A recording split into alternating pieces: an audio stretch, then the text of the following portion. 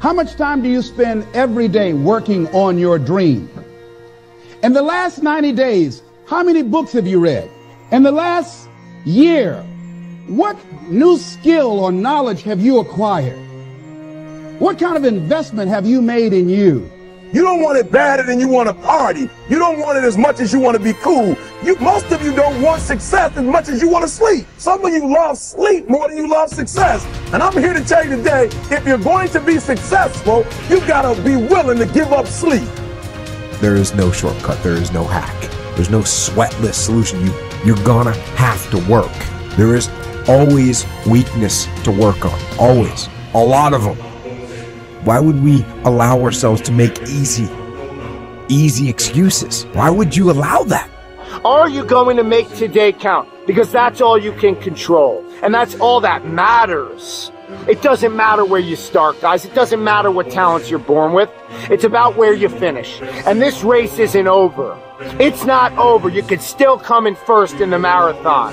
But you gotta start today. You gotta start now. You have everything you have. Everything you need is inside you.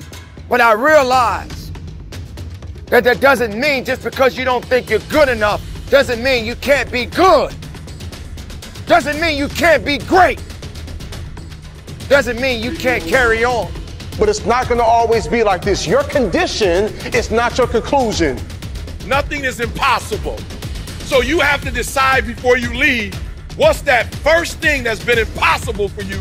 I want you to attack it and overcome it. Because if you run from the adversity that you're going through today, you'll forever be at that level in which you're going through for the rest of your life. One day you'll look back on your life and appreciate the struggle and have nothing but gratitude for everything that happened along the way. And you come to recognize that in return, you're given the chance to earn the greatest edge of all, and one that can never be taken away. You have enough right now to change your life. You have enough right now to flip this world upside down. You have enough. You got enough power. You got enough anointing. You got enough grace. You got enough patience. You got enough gifting to make your money, get out of debt, get yourself together, and change everything about your world. Realize that you have the ability to make an impact. You have an opportunity to change that story in your head. Put yourself out there, because when you do, amazing things happen. The essence of life is growth. The essence of life is growth, to do the best you can.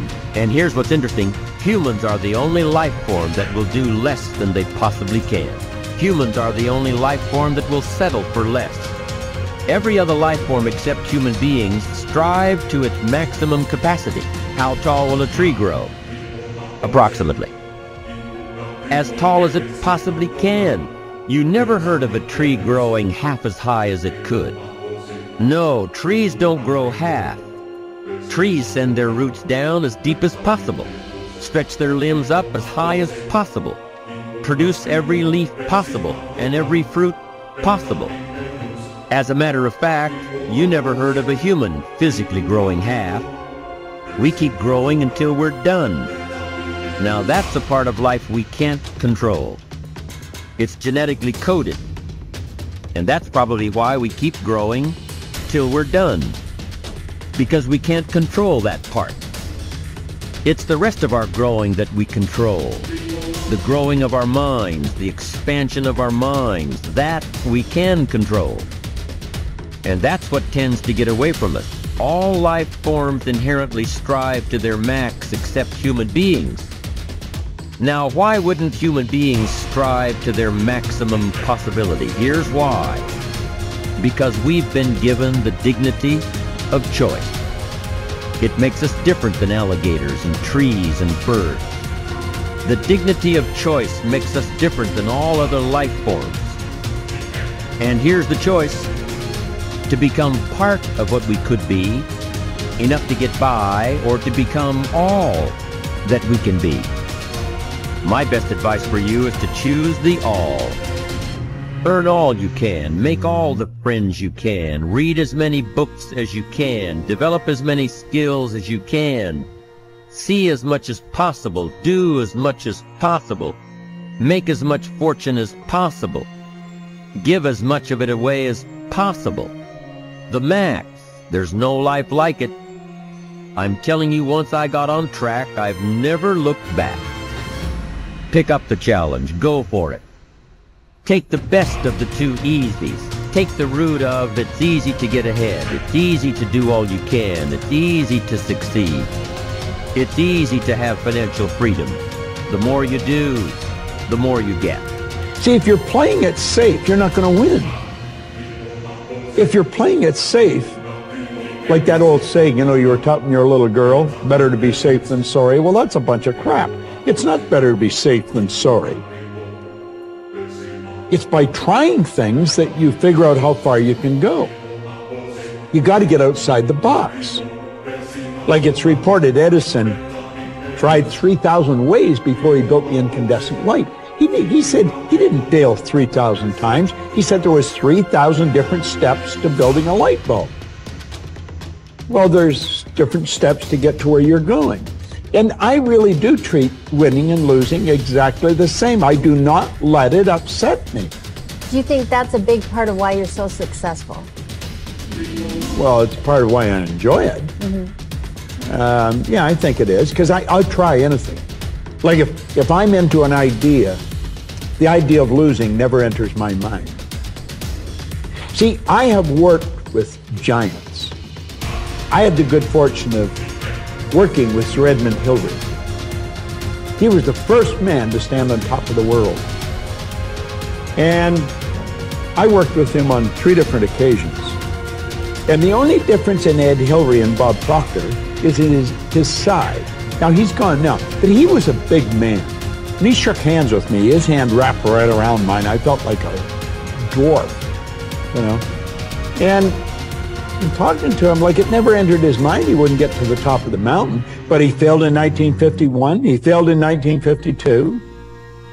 It wasn't until 1953 that he got to the top of the mountain. You know, people had died for centuries trying to do that. He said, I knew if I could see it in here, I could hold it out here. Stella Mann wrote that in a book. You can see it in your head, you can hold it in your hand. And that's right. And if you're not prepared to lose, you're never going to win, because you're always playing it safe. And there's no reward in that. Dare to go forward. Winston Churchill once said, courage is rightly considered the foremost of the virtues because upon it all others depend. Courage is the chief distinguishing characteristic of the true leader. It is almost always visible in the leader's words and actions. It is absolutely indispensable to success, happiness, and the ability to motivate other people to be the best they can be. Follow through on your vision. In a way, it is easy to develop a big vision for yourself and for the person you want to be. It is easy to commit yourself to living with complete integrity.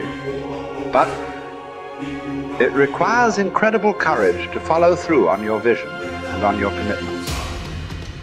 You see, as soon as you set a high goal or standard for yourself, you will run into all kinds of difficulties and setbacks.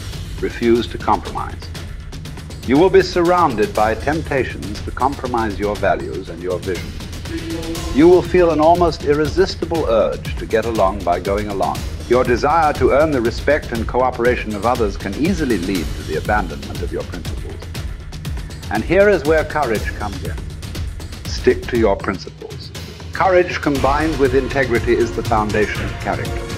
The first form of courage is your ability to stick to your principles, to stand for what you believe in and to refuse to budge unless you feel right about the alternative.